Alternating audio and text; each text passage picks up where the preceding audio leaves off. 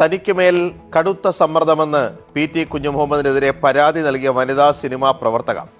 PT കുഞ്ഞുമുഹമ്മദിനായി പലരും ഇടനിലക്കാരാകുന്നു. PT പ്രായം പരിഗണിച്ച് കേസിൽ നിന്ന് ഒഴിവാക്കണമെന്നാവശ്യപ്പെടുന്നു. കേസെടുക്കുന്നത് പോലീസ് മനഃപൂർവ്വം വൈകിപ്പിച്ചു എന്ന പരാതിയും അവർക്കുണ്ട്.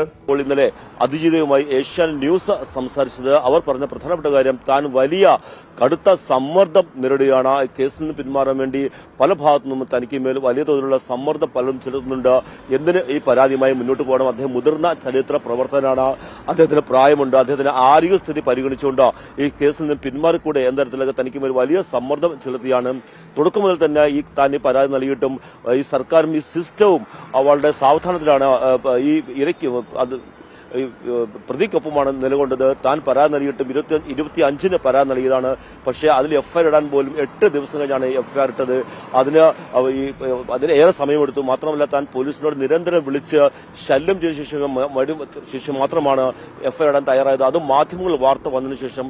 തുടക്കം മുതൽ തന്നെ തനിക്കൊപ്പമുള്ള സിസ്റ്റവും ഈ സംവിധാനവും പ്രവർത്തിക്കുന്നത്. ഇപ്പോൾ ഏറ്റവും ഒടുവിൽ ഈ കേസിൽ നിന്ന് പിന്മാറാൻ, ഈ PT-ക്കെതിരെയുള്ള പരാതി പിൻവലിക്കാൻ വേണ്ടി തന്മേൽ കടുത്ത സമ്മർദ്ദം പലരും ചെലുത്തിയാണ്. തനിക്ക് താനും കഴിയില്ല എന്ന രീതിയിലാണ് അതിജീവിത ഏഷ്യാനെറ്റ് ന്യൂസുമായി സംസാരിച്ചത്. ഒപ്പം തന്നെ PG ഇന്നലെ വൈകിട്ട് വനിതാ ചരിത്ര പ്രവർത്തകരുടെ കൂട്ടായ്മയായ WCCയും സർക്കാരിനും പോലീസിനും വരെ കടുത്ത ഭാഷയിൽ വിമർശനം ഉന്നയിച്ചുകൊണ്ട് സമൂഹ മാധ്യമത്തിൽ പോസ്റ്റിട്ടിരുന്നു. സമാനമായ ആരോപണങ്ങളാണ് WCCയും ഈ പോസ്റ്റിൽ ഉന്നയിച്ചിരിക്കുന്നത്. ഇരയ്ക്കൊപ്പം എന്ന് അതിജീവിക്കൊപ്പം എന്ന് പറയും, പക്ഷേ ഇരയ്ക്കൊപ്പം ഓടുകയുമാണ് ഈ സിസ്റ്റം ചെയ്യുന്നത് എന്നാണ് WCC പറയുന്നത്. ഉളുപ്പുണ്ടോടാ? ഉളുപ്പ്, ഇച്ചിരി ഉളുപ്പ് അത് ഉണ്ടോടാ സഖാക്കളെ? പിണറായി വിജയ അന്തംഗമ്മികളെ, അടിമകളെ എന്ന് ചോദിക്കാതിരിക്കാൻ നിർവാഹമില്ല. CPM-ന്റെ മുൻ MLA PT കുഞ്ഞുമുഹമ്മദ്, ഈ PT കുഞ്ഞുമുഹമ്മദ് ഹോട്ടൽ മുറിയിലേക്ക് വിളിച്ചു വരുത്തി ചലച്ചിത്ര പ്രവർത്തകയെ പീഡിപ്പിച്ചു എന്നുള്ള പരാതി. ആ പരാതി വന്നിട്ട് FIR ഇടാൻ കാലതാമസം. FIR വിട്ട് അവസാനം PT കുഞ്ഞുമുഹമ്മദ് കോടതിയിൽ പോയി മുൻകൂർ ജാമ്യം നേടി വന്ന് PT കുഞ്ഞുമുഹമ്മദിനെ വിളിച്ചു വരുത്തി പോലീസ് ചോദ്യം ചെയ്ത് അറസ്റ്റ് ചെയ്ത് ജാമ്യത്തിൽ വിട്ടപ്പോ ഇപ്പൊ നടത്തുന്നത് എന്താണ്? സഖാക്കള് നടത്തുന്നത് കൂട്ടിക്കൊടുപ്പാണ്. സഖാക്കള് നടത്തുന്നത് കൂട്ടിക്കൊടുപ്പാ. സഖാക്കള് നടത്തുന്നത് സ്ത്രീ സംരക്ഷണമല്ല. സഖാക്കൾ ആരും ഇരയോടൊപ്പമില്ല. സഖാക്കളൊക്കെ വേട്ടക്കാരനൊപ്പം. സഖാക്കൾ എന്താ ചെയ്തുകൊണ്ടിരിക്കുന്നത്? PT കുഞ്ഞുമുഹമ്മദിനെതിരെ പരാതി നൽകിയിരിക്കുന്ന യുവതിയെ സമീപിക്കുക, എന്നിട്ട് യുവതിയോട് പറയാ PT കുഞ്ഞുമുഹമ്മദിന് വേണ്ടിയിട്ട് സിമ്പതി ഉയർത്തുകയാണ്. ആ സിമ്പതി അല്ലെങ്കിൽ ഈ പറയുന്ന സഖാക്കൾ ഉയർത്തുന്ന വാദം PT കുഞ്ഞുമുഹമ്മദിന് ആ ഹോട്ടൽ റൂമിൽ ഉണ്ടായിരുന്നില്ല. ഇപ്പൊ പറയുന്നത് എന്താ? PT കുഞ്ഞുമുഹമ്മദിന്റെ പ്രായം പരിഗണിക്കണം, ശാരീരിക അസ്വസ്ഥതകൾ പരിഗണിക്കണം, അതുകൊണ്ട് കേസിൽ നിന്ന് പിന്തിരിയണം എന്ന് അതിജീവിതയോട് പറയാം. എന്നാൽ ആ അതിജീവിതയെ സിനിമാ ചർച്ചയ്ക്ക് എന്ന പേരിൽ ഹോട്ടൽ മുറിയിലേക്ക് വിളിച്ചു വരുത്തി ക്രൂരമായിട്ട് പീഡിപ്പിക്കുമ്പോ അന്ന് ഈ PT കുഞ്ഞുമുഹമ്മദിന്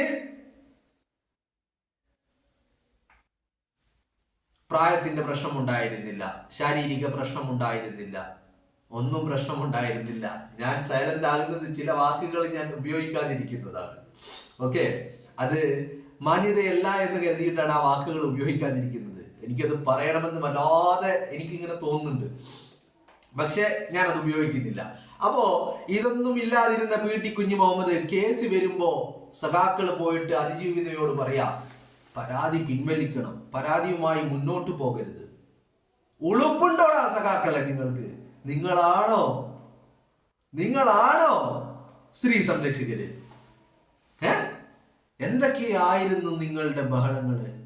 എന്തൊക്കെയായിരുന്നു നിങ്ങളുടെ കോലാഹലങ്ങള്? ഇവിടെ സഖാക്കള് മാത്രമല്ല കേട്ടോ, പല മാധ്യമങ്ങളെയും കാണാനില്ല ഈ വിഷയത്തില്. പല മാധ്യമങ്ങളെയും കാണാനില്ല. രാഹുൽ മാങ്കൂട്ടത്തിനെതിരെ പരാതി ഉയർന്നു വന്നപ്പോ അത് ഏറ്റുപിടിച്ചവര്, ഇവരെ ഈ 2 കേസുകളും തമ്മിലുള്ള അന്തരം ഞാൻ നിങ്ങളോട് പറഞ്ഞതാണ്. നിങ്ങളൊന്ന് ആലോചിച്ച് നോക്ക്. രാഹുൽ മാങ്കൂട്ടത്തിൽ മുൻകൂർ ജാമ്യം നൽകിയപ്പോ ആ മുൻകൂർ ജാമ്യത്തിനെതിരെ അപ്പീലുമായിട്ടാണ് സർക്കാർ കോടതിയിൽ പോയത്. എന്നാൽ PT കുഞ്ഞുമുഹമ്മദിനെതിരെ പരാതി വന്നു, പരാതി മുക്കാൻ ശ്രമിച്ചു. ആദ്യം മുൻകൂർ ജാമ്യത്തിന് പോയപ്പോ, മുൻകൂർ ജാമ്യം ലഭിച്ചപ്പോ കോടതി അത് അനുവദിച്ചപ്പോ അപ്പീല് പോയില്ല. പിന്നെന്താ ചെയ്തത്? അതിന് ഒരു നടപടി എന്നുള്ള രീതിയിൽ ആളുകളുടെ കണ്ണിൽ പൊടിയിടാൻ PT കുഞ്ഞു മുഹമ്മദിനെ വിളിച്ചു വരുത്തി ചോദ്യം ചെയ്യാനെന്ന് പറഞ്ഞ് ചോദ്യം ചെയ്തോ ചോദിച്ചോ ഇല്ലേ എന്നുള്ളതൊന്നും നമുക്കറിയില്ല. എന്താണെങ്കിലും അറസ്റ്റ് രേഖപ്പെടുത്തി വിട്ടയച്ചു. പക്ഷേ ഒരു കാര്യം അന്വേഷണ ഉദ്യോഗസ്ഥർക്ക് ബോധ്യമുണ്ട്. എന്താണ്? PT കുഞ്ഞു മുഹമ്മദിനെതിരെ വന്ന പരാതിയിൽ കഴമ്പുണ്ട് എന്നുള്ള കാര്യത്തിൽ അരമണിക്കൂർ അന്വേഷണം, ഈ ഹോട്ടൽ മുറിയിൽ പോയിട്ട് ഹോട്ടലിൽ ചെന്ന് അരമണിക്കൂർ അന്വേഷണം നടത്തിയപ്പോഴേക്കും പോലീസിന് കാര്യം വ്യക്തമായിട്ടുണ്ട്. പക്ഷെ രാഹുൽ മാങ്കൂട്ടത്തിനെതിരെയുള്ള പരാതിയില് 4 മാസമായിട്ട് അന്വേഷിക്കുന്ന അന്വേഷണ ഉദ്യോഗസ്ഥർക്ക് ഇന്ന് നിമിഷം വരെ രാഹുലിനെ വിളിച്ച് കമാ എന്നൊരക്ഷരം ചോദിക്കാൻ ഇന്ന് നിമിഷം വരെ സാധിച്ചിട്ടില്ല. അതെന്തുകൊണ്ടാ? ആ പരാതിയും ഈ പരാതിയും തമ്മിലുള്ള വ്യത്യാസമാണ് അത് നമ്മളെ കാണിച്ചു തരുന്നത്. ഇപ്പോ സഖാക്കൾ എന്താ ചെയ്യുന്നത്? സഖാക്കൾ ഒരു കൂട്ടിക്കൊടുപ്പ് നടത്തിക്കൊണ്ടിരിക്കുക. സഖാക്കൾക്ക് ഇപ്പൊ തീവ്രത അളക്കാൻ പറ്റൂല. കാരണം എന്താ? തീവ്രത അളക്കുന്ന മെഷീന് ശ്രീമതി മറ്റേ ബീഹാറിൽ പോയപ്പോ ആ ബാഗിലായിരുന്നു ഉണ്ടായിരുന്നത്. ആ മെഷീനും പോയി, ബാഗും പോയി, ബാഗിൽ ഉണ്ടായിരുന്ന പൈസയും പോയി, സ്വർണവും പോയി. അവിടെ എനിക്ക് ചില കാര്യങ്ങൾ ചോദിക്കാനുണ്ട്. ശ്രീമതി ബീഹാറിൽ പോയപ്പോ ശ്രീമതിയുടെ പോക്കറ്റില് അല്ലെങ്കിൽ ബാഗില് 40,000 രൂപ ഉണ്ടായിരുന്നു എന്നാ പറഞ്ഞത്. എന്തിനാ 40,000 രൂപ ബാഗില്? എനിക്ക് മനസ്സിലാവാത്ത കാര്യമാണ്. ഇന്നത്തെ കാലത്ത് 40,000 ബാഗിൽ എന്തിനാ? യാത്രയുടെ ആവശ്യത്തിനാണെങ്കിൽ Google UPI transactions, card transactions ഇതൊക്കെ മതിയാകുമായിരുന്നില്ലേ? എന്തിനാ 40,000 രൂപ എവിടെ നിന്ന് ശ്രീമതിയുടെ ബാഗിൽ വന്നു? എല്ലാം കള്ളപ്പണമാണെന്നേ, എല്ലാം കള്ളപ്പണമാണ്. കാരണം ബാങ്കുകളിലെ ഇടപാടുകൾ നടത്തി കഴിഞ്ഞാൽ വർഷാവസാനം എന്ത് വരും? ഇൻകം ടാക്സിന്റെ നോട്ടീസ് വരും. കള്ളപ്പണമാകുമ്പോ എത്ര കയ്യിൽ വരുന്നു, എവിടുന്ന് വരുന്നു, ഏത് രീതിയിലാണ് പണം വന്നത്, എങ്ങനെ ചെലവഴിക്കുന്നു, ഇതൊന്നും ആർക്കറിയില്ലല്ലോ. അപ്പോ എല്ലാം പണമിടപാടുകളാ. കാരണം എന്താ? ഉള്ളതൊക്കെ കൊള്ളയടിച്ച പണമാണെന്നുള്ള കാര്യത്തിൽ ഒരു തർക്കമില്ല. അതവിടെ നിൽക്കട്ടെ. അപ്പോ ആ മെഷീന്, തീവ്രത അളക്കുന്ന മെഷീന് ശ്രീമതിയുടെ ബാഗിലാണ് ഉണ്ടായിരുന്നത്. ആ ബാഗ് എന്തായി? ബീഹാറിൽ പോയപ്പോ അവിടെ നിന്ന് ഇത് മോഷണം പോവുകയും ചെയ്തു. മെഷീനും നഷ്ടപ്പെട്ടു. ഈ തീവ്രത അളക്കുന്ന മെഷീൻ നഷ്ടപ്പെട്ടു എന്ന് പോലീസിനോട് പറയാൻ പറ്റൂലല്ലോ. അപ്പോ അതെന്തായാലും പറഞ്ഞില്ല. ബാക്കി പണം ഉണ്ടായിരുന്നു, മറ്റേതുണ്ടായിരുന്നു, മറിച്ചതുണ്ടായിരുന്നു, രേഖകൾ ഉണ്ടായിരുന്നു എന്നൊക്കെ പറഞ്ഞു. അതില് പുറത്തു വരാത്ത ഒരു ഐറ്റം എന്ന് പറയുന്നത് ബാഗിൽ ഈ തീവ്രത അളക്കുന്ന മെഷീൻ ഉണ്ടായിരുന്നു.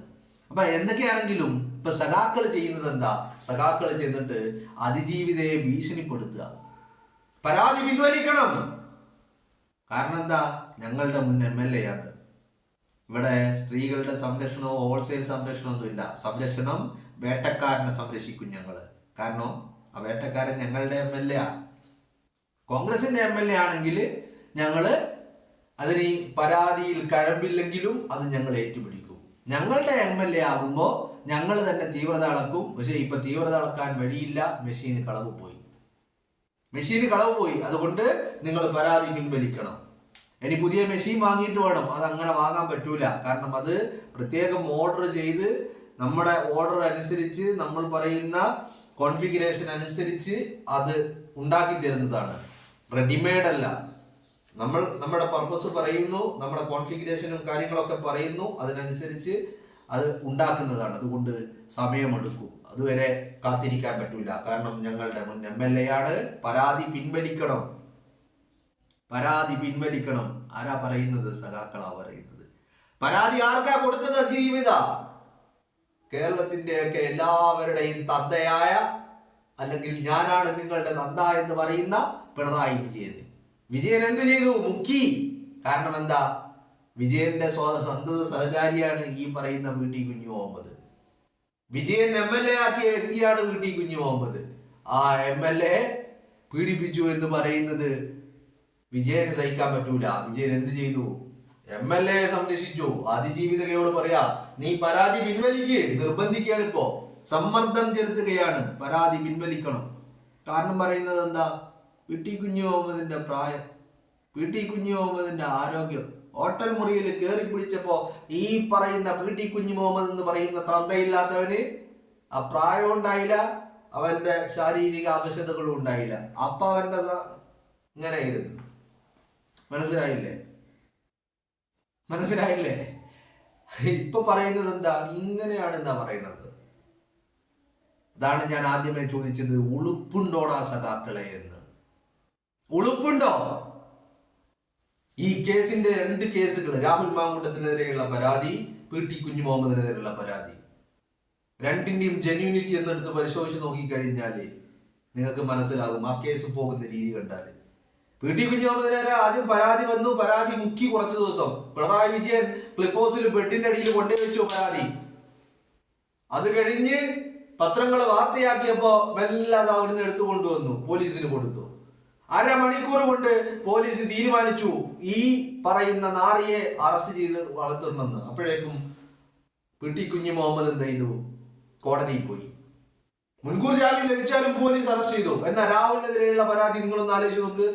പിണറായി വിജയൻ കയ്യിലേക്ക് കിട്ടുന്നതിന് മുമ്പ് പോലീസിന്റെ അണ്ണാക്കിലേക്ക് തള്ളിക്കൊടുത്തു. എന്നിട്ട് എന്താ സംഭവിച്ചത്? 4 മാസമായി അന്വേഷിക്കുന്നു. ഈ നിമിഷം വരെ ഈ അന്വേഷണ ഉദ്യോഗസ്ഥർക്ക് രാഹുൽ മാങ്കൂട്ടത്തിനെ വിളിച്ചു വരുത്താനോ കമ എന്നൊരക്ഷരം ചോദിക്കാനോ കഴിയുന്നില്ലെങ്കിൽ അതിന്റെ അർത്ഥം ആ പരാതിയിൽ ഒരു കഴമ്പുമില്ല എന്നുള്ളതാണ്. അവിടെ 2 കാര്യങ്ങൾ കൂടിയുണ്ട്. 2 കാര്യങ്ങൾ കൂടി ഇതിലുണ്ട്. എന്താണെന്ന് അറിയാമോ? രാഹുൽ മാങ്കൂട്ടത്തിനെതിരെ ഇങ്ങനെ ഒരു പടക്കം AKG സെന്ററിൽ ഉണ്ടാക്കി വെച്ചിട്ട് കാലങ്ങളായിട്ടുണ്ട്. അത് ഉണ്ടാക്കിയത് പാലക്കാട്ടെ ഉപതെരഞ്ഞെടുപ്പ് കഴിഞ്ഞപ്പോഴാണ്. പാലക്കാട്ടെ ഉപതെരഞ്ഞെടുപ്പ് കഴിഞ്ഞ് രാഹുൽ മാങ്കൂട്ടത്തിന് 28,000 വോട്ടിന് സരിൻ എന്ന് പറയുന്ന പരനാറി തോറ്റതിൽ പിന്നെയാണ് ഈ പടക്കം ഉണ്ടാക്കിയത്. പക്ഷെ ആ പടക്കം സഖാക്കൾ പൊട്ടിക്കാൻ വേണ്ടി സൂക്ഷിച്ചു വെച്ചതായിരുന്നു. എപ്പം പൊട്ടിക്കുമെന്ന് ചോദിച്ചാൽ അത് 2026 നിയമസഭാ തെരഞ്ഞെടുപ്പിന് പൊട്ടിക്കാനായിരുന്നു ഇവരുടെ ഉദ്ദേശം. പക്ഷെ അതിനിടയിലാണ് സഖാക്കൾ അയ്യന്റെ പൊന്നുകെട്ട വിഷയം പുറത്താവുന്നത്. അപ്പൊ അത് പൊട്ടിക്കുകയല്ലാതെ വേറെ മാർഗമുണ്ടായിരുന്നില്ല.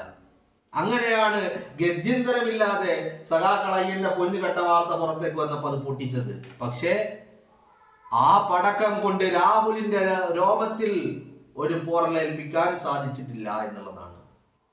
ഇന്ന് വരെ രാഹുലിനെ ഒരു ഉദ്യോഗസ്ഥനും വിളിച്ച് എന്തെങ്കിലും ചോദിച്ചിട്ടില്ല. രാഹുലിനെ അറസ്റ്റ് ചെയ്യാൻ ഇന്ന് വരെ ഒരു ഉദ്യോഗസ്ഥനും രാഹുലിന്റെ അടുത്തേക്ക് പോയിട്ടില്ല. പക്ഷേ പിണറായി വിജയൻ പരാതി മുക്കിയ PT കുഞ്ഞുമുഹമ്മദ് എന്ന് പറയുന്ന CPM-ന്റെ MLA അതേ പിണറായിയുടെ പോലീസ് തന്നെ അറസ്റ്റ് ചെയ്തു എന്നുള്ളതാണ്.